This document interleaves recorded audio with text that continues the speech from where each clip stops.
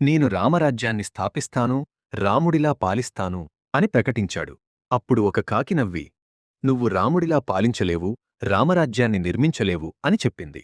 దానికి కారణమడిగిన రాజుతో ఆ కాకి తనతో పాటు నలుగురు మంత్రులను పంపమని కోరింది. మరుసటి రోజు ఆ కాకిరాజు వద్దకు వచ్చి, నీ మంత్రులు నీకు ఏమి ఇచ్చారు అని అడిగింది. రాజు తనకి 2 ముత్యాలు ఇచ్చారని చెప్పగా కాకి నవ్వి, నేను వారికి 32 ముత్యాలు ఇచ్చాను, వారు మిగిలినవి దొంగిలించి నీకు కేవలం 2 ఇచ్చారు అని చెప్పింది.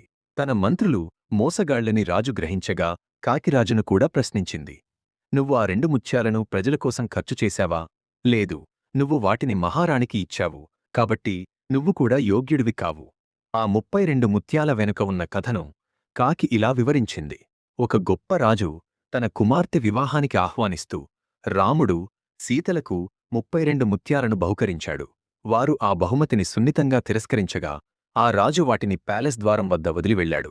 ఇది ఇతరుల ఆస్తి అని భావించి ప్రజలెవరూ వాటిని తాకలేదు. అలా చాలా కాలం పాటు మట్టిలో కలిసిపోయిన ఆ ముత్యాలనే మంత్రులకు చూపించానని కాకి చెప్పింది.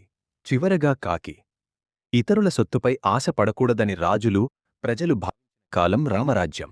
కాని రాజులే ఇతరుల సొత్తుపై ఆశపడే ఈ కాలం రామరాజ్యం ఎలా అవుతుంది? Please subscribe to my channel.